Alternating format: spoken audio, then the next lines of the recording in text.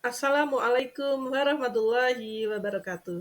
Halo mahasiswa Universitas Terbuka, bagaimana kabarnya? Semoga kita senantiasa diberikan kesehatan serta selalu dalam lindungan Allah Subhanahu wa taala. Amin ya rabbal alamin. Selamat datang mahasiswa Pendidikan Agama Islam MKWU 4101 dalam sesi kedua. Sesi kedua ini kita akan membahas mengenai hakikat, martabat, dan tanggung jawab manusia bersama saya, Cynthia Sukmawidita. Langsung saja, tujuan pembelajaran dalam sesi kedua ini ada 3. Yang pertama, mahasiswa mampu menjelaskan hakikat manusia. Yang kedua, mahasiswa mampu menjelaskan martabat manusia. Dan yang ketiga, mahasiswa mampu menjelaskan tanggung jawab manusia. Langsung saja yang pertama mengenai hakikat manusia. Manusia adalah ciptaan Tuhan. Hal ini terdapat dalam Quran yang ada 5. Di sini disebutkan dalam Quran surat Al-Mu'minun ayat ke-12 sampai ke-13 tentang proses penciptaan manusia secara biologis. Nah, secara biologis ini manusia diciptakan dari air mani, kemudian segumpal darah, segumpal daging, hingga menjadi manusia. Kemudian terdapat juga dalam Quran surat As-Sajdah ayat ke-7 tentang penciptaan manusia ini dari tanah. Kemudian dalam Quran surat At-Tin ayat ke-4, manusia diciptakan dalam bentuk yang sebaik-baiknya. Kemudian dalam Quran surat Asy-Syam ayat ke-8, manusia diberi ilham oleh Allah kepada jiwa, kefasikan, dan ketakwaan. Juga ada di dalam Quran surat Fatir ayat ke-11 bahwa manusia diciptakan dari tanah, kemudian berpasang-pasangan, umur telah ditetapkan. Jadi setiap manusia yang hidup ini sudah pasti berpasang-pasangan, juga sudah ditentukan umurnya oleh Allah Subhanahu wa taala.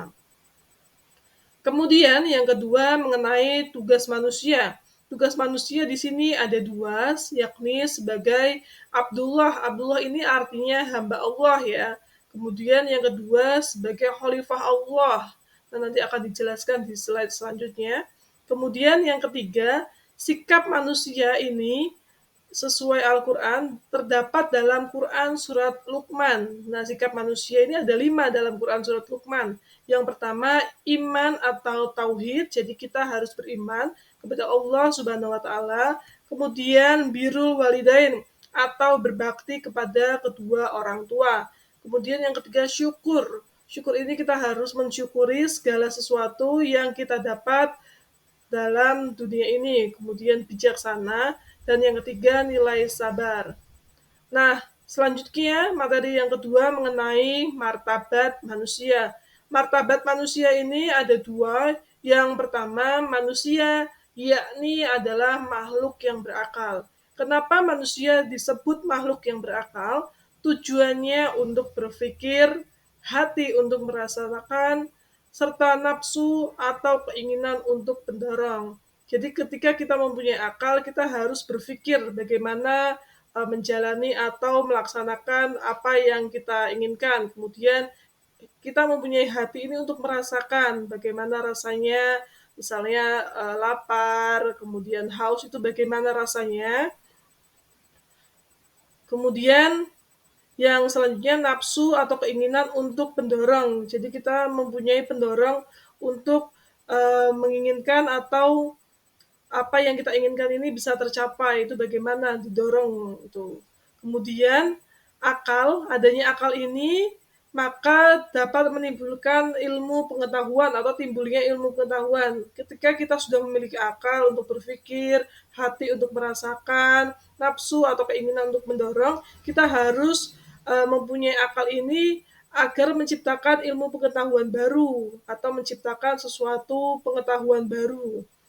Kemudian yang kedua, martabat manusia ini sebagai khalifah. Nah, sebagai khalifah ini terdapat dalam Quran surat Al-Isra ayat ke-70 di mana dijelaskan di situ bahwa manusia memiliki kedudukan yang istimewa dan tinggi sehingga harus menjalankan hak dan kewajibannya baik itu dengan Allah ataupun sesama manusia. Jadi kedudukan manusia ini sangat tinggi ya dibanding makhluk-makhluk yang lainnya. Nah, sehingga harus menjalankan hak-hak manusia, kemudian kewajiban-kewajiban manusia nanti akan dijelaskan di slide selanjutnya mengenai hak manusia. Nah, yang ketiga kita membahas mengenai tanggung jawab manusia. Tanggung jawab manusia ini ada 4. Yang pertama, memaksimalkan potensi. Nah, kita memiliki potensi di dalam diri kita satu dengan yang lainnya ini sangat berbeda. Jadi harus dimanfaatkan. Misalnya potensi si A ini untuk memasak ya atau menjadi chef. Kita harus memaksimalkan potensi tersebut ya. Kemudian yang kedua, melahirkan berbagai ilmu pengetahuan yang bermanfaat bagi kehidupan. Setelah kita memanfaatkan atau memaksimalkan potensi yang kita punya, kita harus melahirkan nih ilmu pengetahuan baru yang bisa nantinya bermanfaat untuk kehidupan di dunia.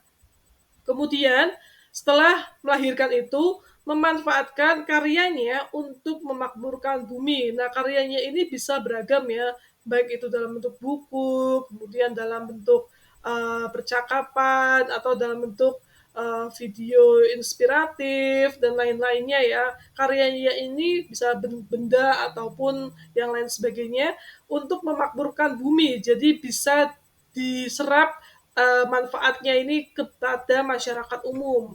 Nah, kemudian yang selanjutnya menggunakan kemanfaatan ilmu pengetahuan ini untuk ketentraman dan kedamaian umat manusia yang ada di bumi. Nah, selanjutnya apa sih hak manusia? Hak manusia ini ada beberapa. Yang pertama ada hak Tuhan, kemudian hak diri sendiri, hak orang lain, dan hak atas harta. Nah, kita ibaratkan ya sebuah lingkaran. Hak Tuhan ini mempunyai porsi yang sangat besar dibanding hak-hak yang lainnya. Diibaratkan hak Tuhan ini memiliki porsi 62,5%. Kemudian hak diri sendiri, orang lain, hak atas harta itu sisanya. Nah, kita bahas satu persatu. Hak Tuhan. Hak Tuhan ini apa sih? Haknya kita untuk Tuhan atau untuk Allah Subhanahu wa taala. Ada beberapa. Yang pertama mengimaninya, kemudian tidak menyekutukannya atau tidak menyembah selain Allah. Kemudian menerima petunjuk-petunjuknya, mentaatinya serta menyembahnya. Kemudian hak diri sendiri, hak untuk kita ini, untuk manusia sebagai manusia ini ada 2. Yang pertama ada hak jasmani dan hak rohani. Ini harus dipenuhi baik itu jasmani maupun rohani. Jasmani ini untuk kesehatan kita, untuk hidup kita misalnya makan dan lain sebagainya. Rohani itu untuk jiwa kita, baik itu sholat, zakat, mendengarkan kajian, dan lain sebagainya. Kemudian yang ketiga, hak orang lain. Hak orang lain ini hak untuk memenuhi kebutuhan pribadi tanpa mengganggu hak orang lain. Jadi kita tidak mengganggu hak-hak yang dimiliki oleh orang lain. Kemudian yang selanjutnya, hak atas harta. Hak atas harta ini hak untuk memelihara, memanfaatkan harta yang diberikan Allah sesuai dengan ketentuannya.